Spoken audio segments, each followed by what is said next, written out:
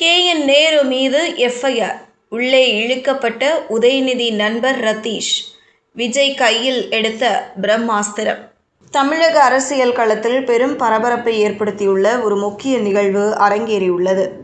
திமுகவின் மூத்த தலைவர்களில் ஒருவரும் முன்னாள் நகராட்சி நிர்வாகத்துறை அமைச்சருமான KN நேரு மீது தமிழக லஞ்ச ஒழிப்புத்துறை அதிரடியாக முதல் தகவல் அறிக்கை பதிவு செய்துள்ளது. விஜய் தலைமையிலான புதிய தமிழக அரசு பொறுப்பேற்ற பிறகு எடுக்கப்பட்டுள்ள இந்த முதல் பெரிய நடவடிக்கை திமுக வட்டாரங்களை முழுமையாக உலுக்கியுள்ளது. இந்த வழக்கு நகராட்சி நிர்வாகத்துறையில் நடைபெற்றதாக கூறப்படும் பல கோடி ரூபாய் வேலைக்கு லஞ்சம் முறைகேடு தொடர்பானது. சுமார் 2538 பணியிடங்களை நிரப்பியதில் பெரும் ஊழல் நடைபெற்றதாக குற்றச்சாட்டு எழுந்துள்ளது. இந்த FIRல் KN நேருவுடன் சேர்த்து பலர் பெயர்கள் இடம்பெற்றுள்ளன.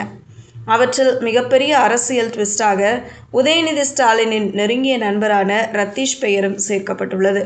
இது வெறும் ஊழல் வழக்கு மட்டுமல்ல, திமுகவின் அடுத்த தலைமை வாரிசுக்கு எதிரான அரசியல் காய் நகர்த்தல் என அரசியல் விமர்சகர்கள் கருதுகின்றனர்.